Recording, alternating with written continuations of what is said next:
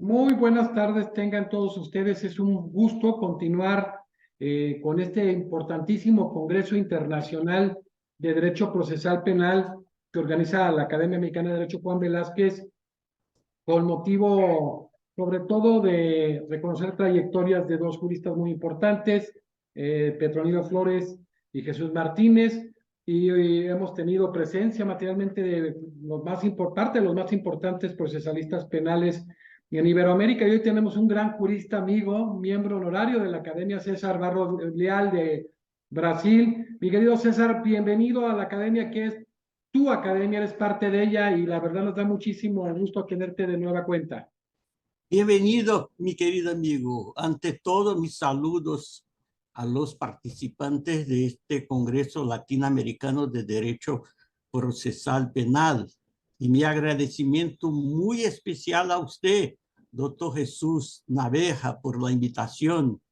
Es un placer participar en los eventos organizados por el querido y distinguido amigo. Un honor, un privilegio que tiene la dimensión de mi respeto hacia la Academia Mexicana de Derecho y sus ilustres miembros. Gracias, querido doctor. Pues hoy tenemos la presencia del connotado doctor César Barros Leal de Brasil, quien es graduado por la Facultad de Derecho de la Universidad Federal de Ceará de Brasil y por la misma prestigiosa universidad en Letras.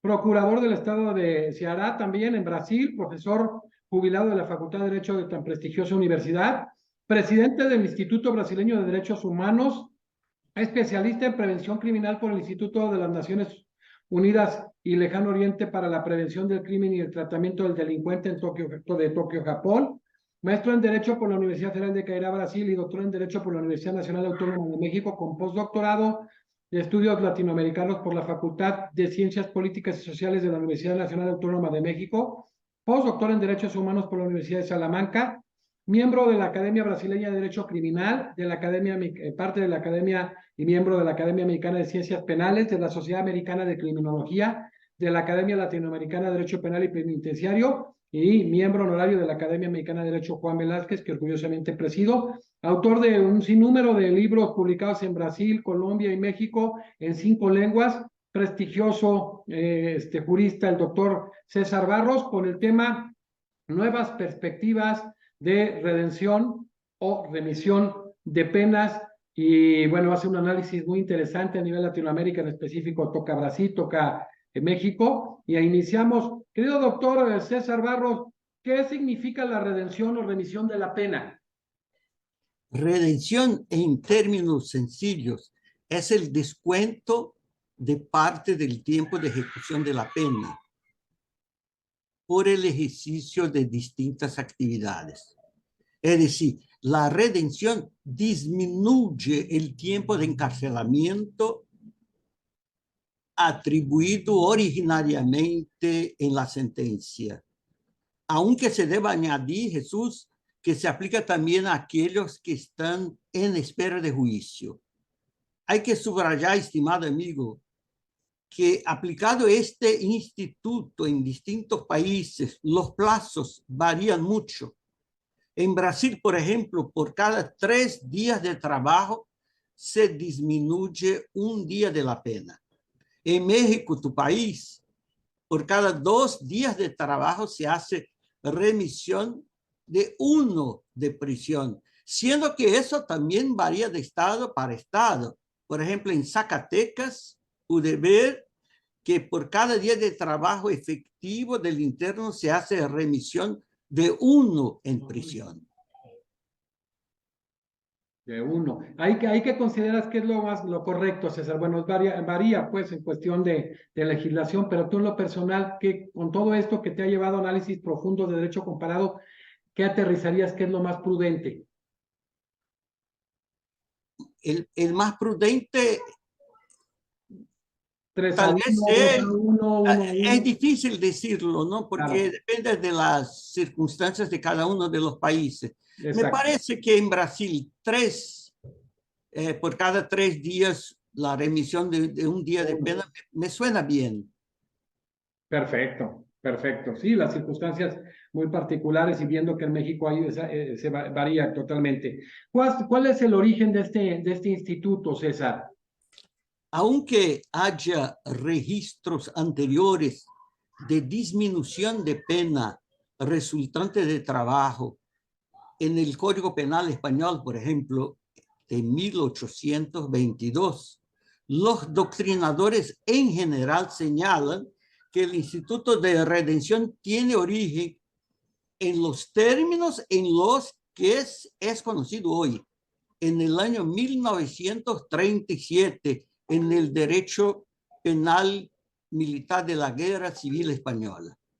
El instituto, digas de paso, fue establecido por el decreto 281, sea para los prisioneros de guerra, sea para los presos políticos, siendo incorporado al Código Penal de España en 1944. Hay noticias de otros códigos en esa época que también señalaron la remisión de la pena por el trabajo. Es el caso de los códigos de Bulgaria, de Noruega y de California.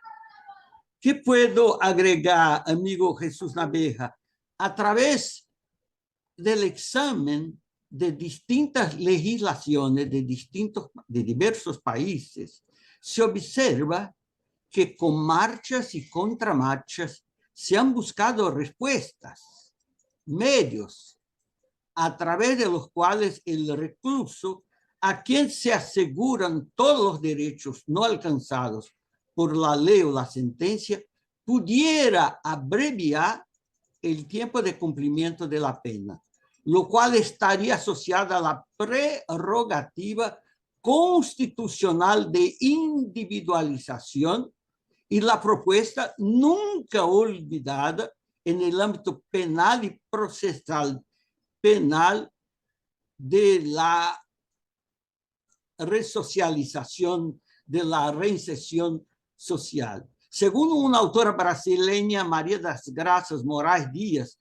se trata la redención de penas de un instituto completo, puesto que reeduca al delincuente, lo prepara para su reincorporación a la sociedad, le proporciona medios para rehabilitarse delante de sí mismo y de la sociedad, disciplina su voluntad, favorece a su familia y sobre todo abrevia la condenación, condicionando, es claro, esto al propio esfuerzo del penado. Perfecto. Doctor César Barros, ya viendo este tema del concepto, el significado, el origen del instituto, ¿cuáles son, tú que eres una persona que ha estudiado de manera muy importante el tema a nivel de la región e incluso del continente y a nivel internacional, ¿cuáles son en la mayoría de los países las principales modalidades de redención de penas? Ya avanzaste un poco en México, algo de México y algo de Brasil. Por supuesto. Sin duda, el trabajo y la educación previstos en gran parte de las leyes penitenciarias del mundo siguen siendo las modalidades más comunes de rebaja de una parcela de periodo de la ejecución aplicada, como había dicho, a reclusos condenados y provisionales. En mi país, por ejemplo, decíamos antes, la redención de pena por el trabajo o continuo u ocasional, voluntario o no, remunerado o no, manual o intelectual, agrícola o industrial, artístico o de artesanía, intramuros o extramuros, no importa el día, el sábado, domingo, día festivo, no importa, está presente en la Ley de Ejecución Penal, la LEP, como un derecho público subjetivo que emerge del principio de la legalidad y un deber social también, y condición de dignidad humana con arreglo a la Constitución Federal, a la Carta Magna y el Estado Democrático de Derecho, y no se admite por hipótesis ninguna una interpretación restrictiva. En virtud del principio de la legalidad, el buen comportamiento en mi país, de modo distinto de México, hay que subrayar eso, no constituye requisito para la redención de pena. En el caso, por ejemplo, de un atestado de conducta desfavorable, nada impide la concesión de la redención. Solo después de una construcción jurisprudencial es que surgió legalmente la redención de la pena por el estudio o por la asistencia a curso de enseñanza, permitiéndose incluso su acumulación, esto es, su realización concomitante. Al penado, logrando ejercer las dos actividades, trabajo y estudio, sin que una no perjudique a la otra. El estudio puede ser presencial o a la distancia, desde que se lleve a cabo por una institución autorizada, un día de pena cada 12 horas de estudio, como se dijo antes. No hay cómo restringir esta modalidad, esa posibilidad, que se supone rigurosamente controlada mediante registro, planillas, cuya autenticidad Jesús goza de fe pública, siendo crimen de falsedad ideológica declarar o atestiguar falsamente prestación de servicios con vistas a instruir solicitud de redención por parte de la administración con miras a las providencias pertinentes del juez de ejecución, con la manifestación previa del Ministerio Público y la defensa. Es lo que ocurrió Jesús hace muchos años, cuando visité en condición de miembro del Consejo Nacional de Política Criminal y Penitenciaria, órgano del Ministerio de Justicia a que pertenecí durante 12 años, una de las peores prisiones brasileñas, una de las más dramáticas cárceles del sistema penitenciario brasileño. No sé si has escuchado sobre ella. Se llama Oso Blanco, en el estado norteño de Rondônia. Ahora bien, esta prisión fue denunciada ante la Corte Interamericana de Derechos Humanos, que estableció medidas provisionales. Y como miembro del Ministerio de Justicia, yo iba cada 3 meses a esta prisión para ver sus condiciones y presentar junto con otros profesionales un informe que era dirigido a la Unión Federal, que a su vez preparaba un informe a la Corte Interamericana de Derechos Humanos. ¿Por qué estoy mencionando esto? Porque en esa prisión no había ninguna persona trabajando. Nadie trabajaba. Y logré la información de que más de 400 reclusos estaban obteniendo irregularmente la redención de la pena por el trabajo. De inmediato, por supuesto, hice una denuncia formal ante el Ministerio Público local para ubicar las responsabilidades. Interesante.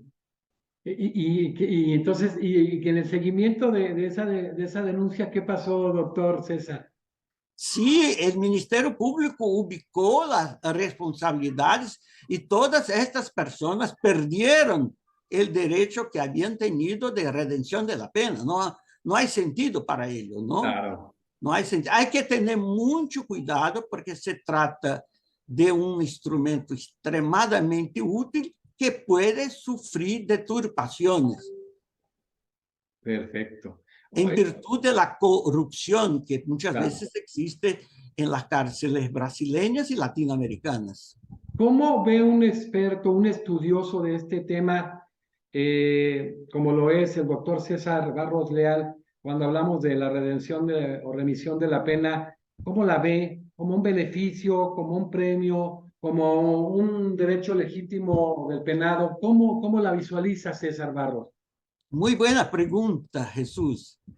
A despecho de ser generalmente vista como un beneficio administrativo, como un premio que se brinda al encarcelado en razón de una actividad ejercida, la opinión mayoritaria es en el sentido de considerarla un derecho legítimo, público, subjetivo.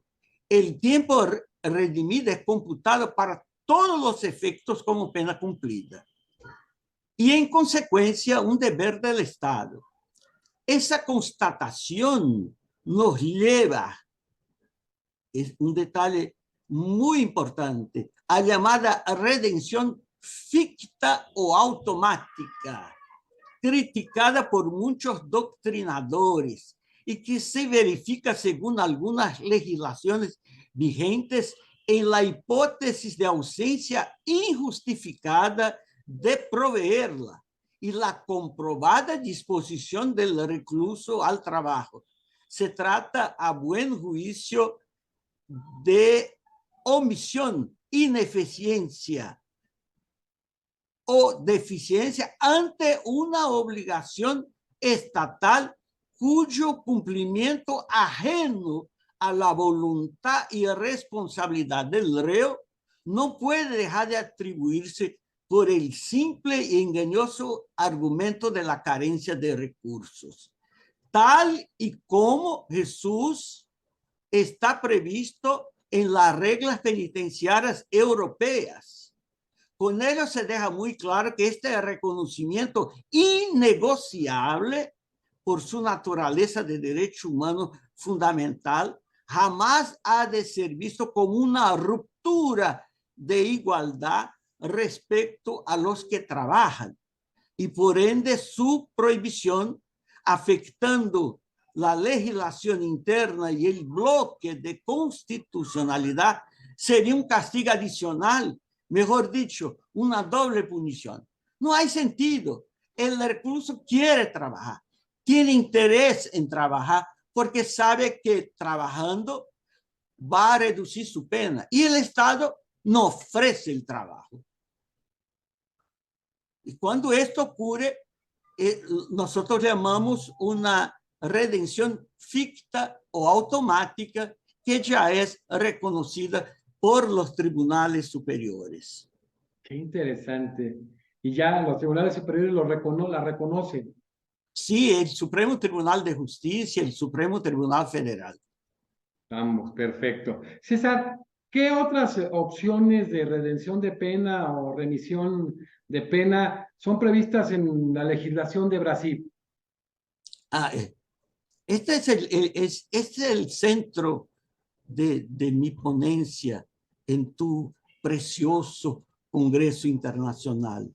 De conformidad, Jesús, con la analogía o interpretación in bonam partem, la redención actualmente se aplica por igual en muchas latitudes, en otras hipótesis, no solamente educación y trabajo, lo cual se dio, por ejemplo, en mi país, gracias a la visión innovadora de algunos magistrados, amigos míos incluso, quienes se anticiparon a la incorporación de esos derechos en la legislación de cada país, o sea, su efectiva positivación.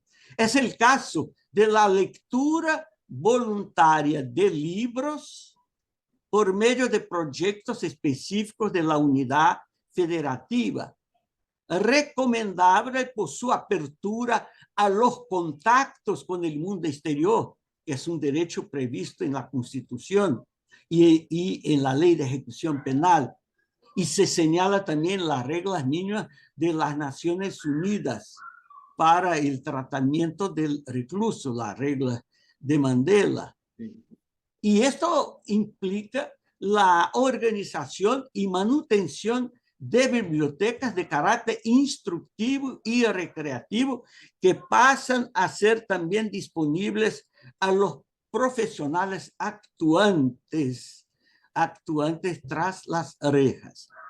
Esta es una revolución, ¿no? Es impresionante visitar muchas prisiones, por ejemplo, de mi estado, y ver a los reclusos leyendo novelas, leyendo cuentos, leyendo libros de derecho, y de este modo pudiendo reducir el tiempo de ejecución de pena. Yo mismo, Jesús, doné más de 200 libros a las prisiones y participé de un movimiento que se observó en nuestro estado para obtener más libros para los reclusos. Mire un detalle importante en cuanto a esto de la lectura. Yo he fundado, Jesús, una guardería hace 30 años para hijos de reclusos y egresados del sistema.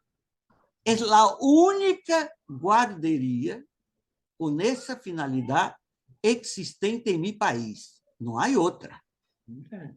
No hay otra. Yo la fundé hace 30 años con el apoyo de mis propios alumnos de la Facultad de Derecho de la Universidad Federal de Ceará y del curso de Derecho de la Universidad de Fortaleza. Asiste a 152 niños de 0 a 4 años incompletos. Ahora bien, en nuestra institución tenemos penados, hombres y mujeres, cumpliendo pena en el régimen semiabierto. Es decir, no solo damos asistencia a los hijos de reclusos, sino también damos trabajo a los propios penados que cumplen pena en la guardería. Actualmente son como 7 personas. Un detalle, hemos creado desde hace algunos años una biblioteca que reúne libros de autores de mi estado. Hay libros míos, hay libros de miembros de la Academia Cearense de Letras, son 3.000 libros. Y estamos preparando un proyecto en el sentido de garantizar a los reclusos que trabajan en la guardería, observe bien, la redención de la pena por la lectura de los libros de nuestra propia biblioteca. El recluso va a elegir un libro y tiene un plazo de 21 a 30 días para su lectura. Después de eso, tiene que presentar una reseña de la obra. Una vez aprobada, tiene redención de 4 días y al final de hasta 14 obras leídas y evaluadas, podrá reducir en un año su pena en 48 días. Y observe, esto no implica que él o ella no pueda también reducir su pena a través del trabajo y de la educación, ¿no? La evaluación de las reseñas es responsabilidad de una comisión creada para esta finalidad. Pero hay que hablar también del deporte profesional, que es una modalidad de trabajo, o el deporte amateur, ambos con matiz educativo, de rescate del amor propio, de restauración de autoestima. Agréguese que las reglas de Mandela, ya mencionadas, recomiendan la oferta de asistencia deportiva como forma de reintegración. Póngase de relieve una vez más que la redención de la pena por el deporte, así como la educación, nacieron de una construcción, había dicho antes, jurisprudencial. como el estudio también por cuenta propia, las tareas de artesanía, etc. Se tiene noticia, Jesús, asimismo, del empleo de la redención por la participación en la elaboración regular de peticiones para otros reclusos. Esto es muy interesante. Hace muchos años yo visité la casa de detención de São Paulo, que fue considerada una de las peores prisiones brasileñas. En esta época tenía 8.000 reclusos y la asistencia jurídica era muy precaria. En virtud de eso, la asistencia jurídica era preparada por los propios reclusos. Los reclusos que tenían formación jurídica, ¿no?, preparaban las solicitudes. Hoy se reconoce que cuando eso ocurre, este recluso que prepara esas solicitudes tiene derecho a la redención de la pena por este trabajo. Y hay también la participación en piezas teatrales, aprendizaje de instrumentos musicales, participación en coros, recomendada por el Superior Tribunal de Justicia brasileño. Por supuesto, nada de nuevo bajo el sol, considerándose, por ejemplo, que la música, como especie de educación artística, ya era adoptada con un papel adoctrinador, hay que decirlo, en el cotidiano de las cárceles franquistas. Hoy, en los días actuales, sin el matiz ideológico, es vista como una simple distracción y un pasatiempo que constituye un derecho, conforme a Lussier, y una verdadera forma de readaptación cuyos resultados son consoladores. Un pequeño detalle, en la Procuraduría General del Estado, Jesús, sí, tenemos un programa de apoyo a reclusos. Desde hace muchísimos años, yo tengo reclusos que trabajan conmigo en mi despacho, como procuradores del Estado. Y mira qué hice yo recientemente. Yo invité al muchacho que estaba cumpliendo su pena en la Procuraduría para trabajar en la guardería, ¿no? Como decimos aquí en Brasil, con todos los documentos laborales. Y así se fue a trabajar en mi guardería. Pero yo también llamé a su esposa. Su esposa es reclusa. Y como los dos están en la guardería, yo los invité para poner a su hijo en la guardería. Mira la profunda transformación que se observa en una pareja, él, ella y su hijo. Y este mismo hombre hoy en la guardería está aprendiendo está aprendiendo piano. Yo estoy de mi propio bolsillo pagando a un músico para enseñar a este hombre a tocar piano, ¿no? Y porque tengo la certeza, la convicción de que la música es un instrumento demasiado importante para la reintegración social del condenado.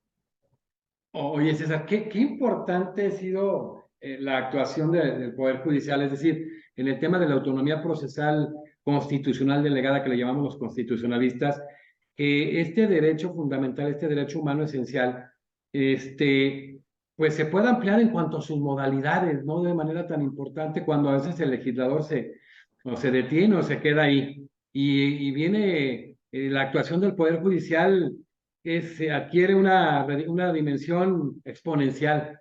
El cielo es el límite, ¿no? El cielo va a depender de la innovación de cada uno de los magistrados, que muchas veces se anticipa a la legislación y ofrece esta posibilidad a los reclusos. César, en Brasil, ¿cuál es la modalidad que más se adopta? El trabajo, educación y trabajo. Pero educación ahora lectura está muy fuerte también, también. también, en casi todos los estados. En mi estado, por ejemplo, hay varios programas de redención de la pena por la lectura. Es Y esto, increíble. la manera en que regulan, por ejemplo, en este tema de que leer y de alguna manera que esto no sea una simulación y se haga un procedimiento posterior a la lectura, que se genere una actividad, un trabajo que justifique que verdaderamente está leyendo y generando cosas importantes, ¿cómo se hace? ¿Hay un cuerpo específico integrado por alguien en particular? ¿Cómo se hace que le da seguimiento a este tema de la lectura? Hay un comité, es creado un comité que da seguimiento a esto, ¿no? Los reclusos reciben los libros, tienen un tiempo para leerlos y después presentar una reseña. Esta reseña es sometida, ¿no?, al examen de este comité. Si el comité aprueba la reseña, el derecho está garantizado. En este tema de la reinserción, ¿qué importancia adquiere esta creación pretoriana, ¿no? Estas Sí, modalidades. es fundamental, es fundamental. Y tengo que aplaudir a mis amigos jueces brasileños que, anticipándose a la ley, crearon distintas hipótesis de redención de la pena. Me acuerdo que la redención por el deporte, esto fue creado desde hace más de 20 años. Yo estaba en Amazonas charlando con un juez amigo mío y él me decía: César, aquí en Amazonas yo estoy ofreciendo redención por el deporte. Increíble, ¿no? Increíble. Maravilloso. ¿Y ahí cómo se hace? ¿Otro comité o cómo se cerciora entonces? Todos tienen que pasar, por lo general, por un comité. Por supuesto, Jesús, esto va a depender mucho de cada estado. Claro, claro. Cada estado tiene su propio Los reglamento, ¿no? reglamentos, sí, No es claro. una cosa única para todo el país. ¿No? Cada estado establece sus propias reglas, sus propios reglamentos, pero sí lo que importa es que funciona. Desde este manejo, Funciona muy bien. desde este momento tecnológico, como dices tú, que funciona el establecimiento de estas modalidades de rendición de pena y a la ampliación, es una posibilidad no tan solo como el derecho fundamental para el penado, sino también ver cómo se beneficia el Estado y la sociedad con esto, ¿no? Y sí, así es, mi querido amigo. Qué interesante, ¿no, César? O sea, la verdad que ver temas de esta naturaleza, que muchas veces la visión de la sociedad es el castigo, pues genera sobre todo una gran conciencia. También es importante generar un conocimiento en la sociedad y que de alguna manera se entiendan no tan solo la necesidad, sino lo que benefician estas modalidades y el tema de de la redención, ¿no? De la pena. Así es, así es, así es. ¿Cómo se genera esta cultura de legalidad, pero sobre todo esta conciencia en la sociedad para que no lo vean como una posibilidad de que el delincuente salga de la cárcel, ¿no? Porque en México es muy común, ¿no? Si hay organismos que conocemos como la Comisión Nacional o las comisiones en las entidades federativas, inmediatamente es de defender siempre la manera de satanizar y de generar el culpable y de generar el castigo. ¿Cómo generar en la sociedad una cognición, una visión diferente con relación al penado? Ese es uno de los grandes desafíos de la ejecución de la pena, ¿no? Es generar una conciencia positiva respecto a la sociedad. En el caso, por ejemplo, de la redención de la pena, se percibió una respuesta positiva, sobre todo por los movimientos que ocurrieron en varias partes para obtener libros, ¿no? De repente, más de 20,000 libros fueron donados a las cárceles de Ceará, lo que permitió entonces realizar este proyecto. Pero tu pregunta va mucho más allá de los libros, ¿no? Es la respuesta de una sociedad que debe saber aceptar que aquellos que cumplieron su pena, que pagaron su deuda, ¿no?, a través de una pena, tengan el derecho de reintegrarse a la sociedad. yo he buscado como procurador del Estado, como presidente de la guardería, como organizador de un curso de derechos humanos aquí en Fortaleza, buscar estimular a la sociedad en este sentido. Yo realizo en Fortaleza, Jesús, un Sí, curso interdisciplinar en derechos humanos hace más de 10 años. qué 10 bien. años. Es un curso de inmersión total, Cuánto dura este 2 César? semanas, por la mañana, por la tarde y por la noche. O sea, de lunes a sábado, ¿Cómo? es toda la semana, 2 semanas, todas. 2 semanas completas, empieza a las 8 de la mañana y va hasta las 9 de la noche, Qué ¿no? Es interesante. impresionante y son, el último nosotros tuvimos 80 profesores, profesores que vinieron de varios estados de Brasil y de varios países de América del Sur, América Central, América del Norte y Europa. ¿Quiénes son los alumnos? Ahí este detalle. ¿Por qué estoy Interesante. mencionando este curso?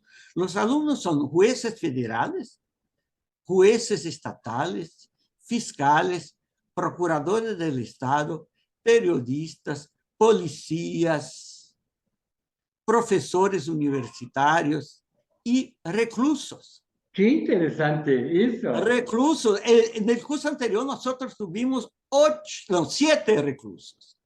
7 reclusos, ¿no? En el primer momento los alumnos miraron esto con cierta dificultad, pero poco a poco percibieron cómo aquello era importante para el proceso de reintegración Claro, de totalmente. esos hombres. Sí, sí.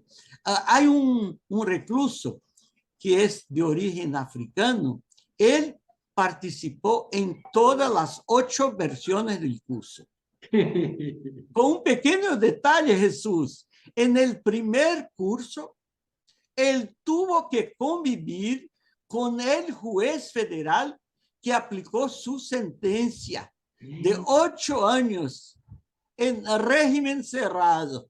Y Qué estaba en el mismo grupo. increíble. En el mismo grupo. Entonces, para mí es demasiado importante, Jesús. Qué sensibilidad se debe de generar, qué interacción, o sea, qué importante, ¿eh? Sí, lo que quiero decir, es importante salir del papel, salir de los libros. Por ello he creado la guardería hace 30 años. Por ello mantengo este curso de derechos humanos, que es el mayor curso de derechos humanos en toda América Latina. Por ello, mantengo a un grupo de reclusos en la Procuraduría y en la guardería, porque veo que estas acciones aisladas son muy importantes, porque son un testimonio de que uno puede hacer algo, ¿no? De que la sociedad tiene que cumplir su papel. ¿Qué desafíos ves precisamente, doctor César Barros, en este tema de la redención de penas, en este tema de la remisión de penas? ¿Hacia dónde vamos y qué deberíamos de hacer con toda esa pericia que tienes? Es un hombre que me ha tocado estar contigo en INACIP, cuando en INACIP hemos coincidido contigo, coincidimos con Moisés en el Centro de Política Criminal, en muchos lados. Y eres un hombre muy activo, que tienes una gran dinámica y que, bueno, ahora como parte de la academia los has apoyado ahora en el Congreso Internacional de Penitenciario en su momento. Pero ¿hacia dónde vamos? ¿Cuáles son las perspectivas en este tema de redención o remisión de la pena y de las modalidades? ¿Hacia dónde vamos y cuáles son las urgencias en este instituto? Hay un punto muy importante que quiero destacar ahora mismo, que es una reciente decisión del Supremo Tribunal Federal en Brasil acerca de la redención de penas. Observen, redención de penas no por el trabajo, no por la educación, no por la música, no por la lectura, sino por las malas condiciones atentatorias de la dignidad humana. Impresionante.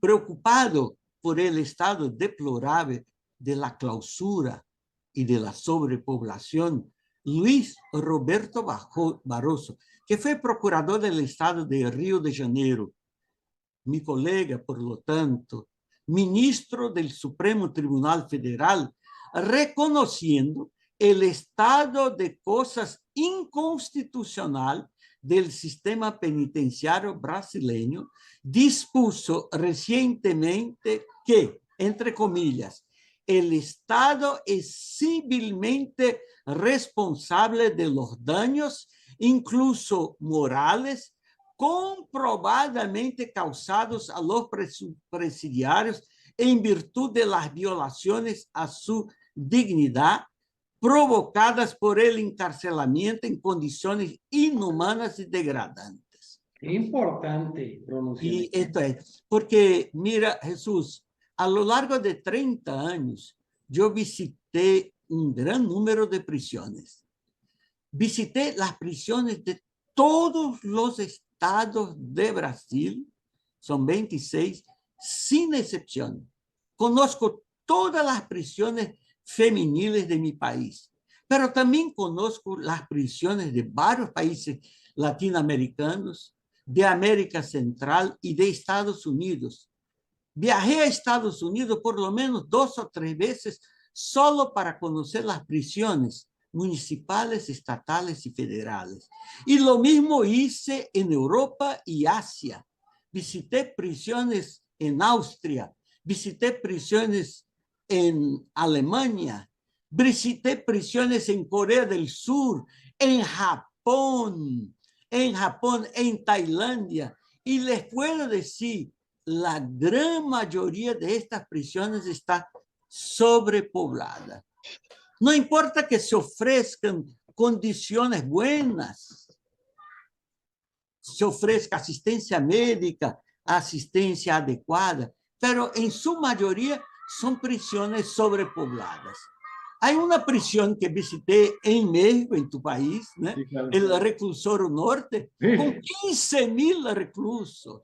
Qué bárbaro. Un hormiguero humano, un hormiguero humano.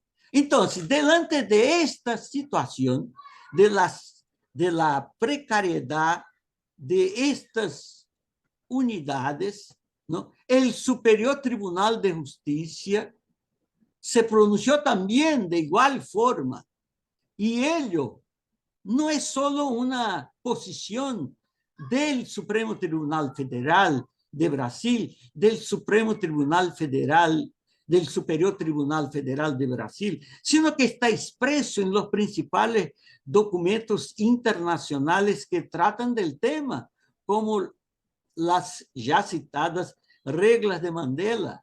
En la Corte Interamericana de Derechos Humanos son innumerables los casos que versan sobre este tema actualísimo, afianzando también que se aplique la redención de pena en esas unidades. Por esas razones, los tribunales internacionales han señalado con frecuencia que la saturación prisional puede y debe ser considerada como una especie de tortura. ¿Te acuerdas que hablé Sí. en la ponencia anterior En el derecho penitenciario. sobre el Congreso de las Naciones Unidas sobre prevención del delito y justicia penal en Kioto? Sí.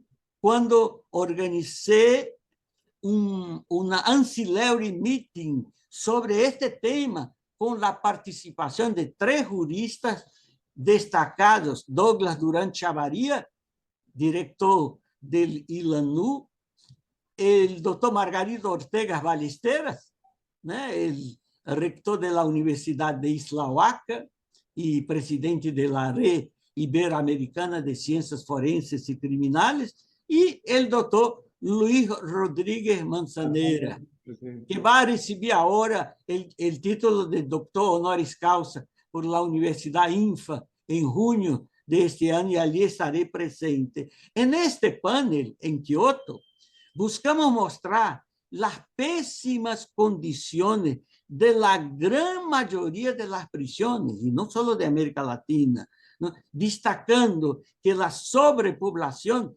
afecta los servicios penitenciarios, las funciones como salud, educación, trabajo, recreación, descanso, seguridad y mucho más. Es decir, ¿cómo se puede ofrecer redención por la educación, por la lectura, en prisiones extremadamente sobrepobladas? Y esto significa que el recluso, por estas condiciones, se ve perjudicado en sus propios derechos. Claro, no, muy interesante, doctor César Barros. La verdad que ha sido, como miembro honorario de la Academia, ha estado participando muy activamente en varios de los congresos internacionales. Ahora estamos hablando de un gran congreso con la participación del grueso de los principales expositores en Iberoamérica, Petronilo Flores, quien fue en su momento presidente del Tribunal Constitucional Plurinacional de Bolivia, Jesús Martínez Garrelo, que fue presidente del Tribunal Superior de Guerrero, Hugo César Jiménez, que es defensor interamericano en la Comisión Interamericana de Derechos Humanos y en la Corte, José Neira, que es magistrado de la Corte Suprema de Perú, Alfredo Pérez Galimberti, uno de los generadores de precisamente los juicios por jurado en Argentina, un excelente académico, Javier Llobet, también, que es magistrado, ministro para nosotros de la Corte Suprema de Costa Rica, Álvaro Rojas, que era parte de la Fiscalía del Estado de Chihuahua, y bueno, ahora nos toca a usted, vamos en el cierre, ya nada más, perdón, también estuvo Jaime Bernal Cuellar, que fue procurador general de la Nación en Colombia y magistrado de la Corte Constitucional Colombiana. Y hoy cerramos con el doctor César Barros, procurador de Brasil, y viene ya en el pleno cierre Jorge Jiménez Martín, el director de la Escuela Judicial de España, y Carla Pechinino de Uruguay, que es defensora interamericana por Uruguay, que fue defensora interamericana por Uruguay en la Comisión y en la Corte Interamericana. Ha sido un congreso muy importante, de primerísimo nivel. Muchísimas gracias, doctor César Barros Leal, miembro honorario de la Academia. El doctor ya lo conocemos ampliamente, presidente del Instituto Brasileño de Derechos Humanos y procurador del Estado de Ceará, en Brasil. Muchísimas gracias por estar en este congreso tan importante como nuestro compañero en el Internacional de Derecho Penitenciario, y seguiremos haciendo. Se valdría la pena después hacer un par de mesas en relación a este tema de la redención de penas, de lo que implica la remisión de la pena en las modalidades y lo que viene sucediendo en toda nuestra Iberoamérica, ¿no? Sí, sí. Es un honor, un privilegio participar en este grupo. Y gracias de nuevo, mi querido amigo José de Jesús Naveja, por la invitación. Yo sé que estás concluyendo, pero yo estaba leyendo tu currículum ayer, me dejaste impresionado con tus títulos y pude ver una foto tuya en la Corte Interamericana de Derechos Humanos, y a su izquierda aparecían dos figuras, Antonio Augusto Cansado Trindade y Sergio García Ramírez. Híjole, también grandes. Sí, Antonio Augusto Cansado falleció recientemente. ¿Tú crees que con él coordiné más de 40 libros? Sí, sí, sí, talentosísimo, también como tú. Sí, más de 40 libros y 22 revistas del Instituto Brasileño de Derechos Humanos, que ahora fue reconocido como órgano consultivo de las Naciones Unidas. Importante. Y a su vez, Sergio García Ramírez, que fue mi tutor en el doctorado de la UNAM, juntamente con el profesor Luis Rodríguez Manzanera. Y tanto los dos, Antonio y Sergio, expresidente, digo, en paz descanse Antonio, presidentes de la Corte Interamericana. Los dos grandes amigos míos. Sí, la verdad, impresionante. Pues gracias, César. Igual contigo, hay mucha empatía, este tema de estar produciendo. Muchísimas gracias, querido César. Un abrazo, mi querido amigo. Bueno, pues hoy continuamos ya materialmente en el cierre de este importante Congreso Internacional de Derecho Procesal Penal, con la destacada participación del doctor César Barros Leal de Brasil, con el tema Nuevas Perspectivas de Redención, precisamente, o remisión de pena. Un análisis muy profundo materialmente en toda nuestra región, que nos lleva a establecer lo que normativamente existe y lo que se ha venido generando en su momento, incluso pretorianamente, y lo que se desprende del bloque de constitucionalidad, y hoy podríamos decir el mismo bloque de convencionalidad. Muchísimas gracias, mi querido doctor César Barros. Un abrazo. Cuídate mucho y gracias. Gracias.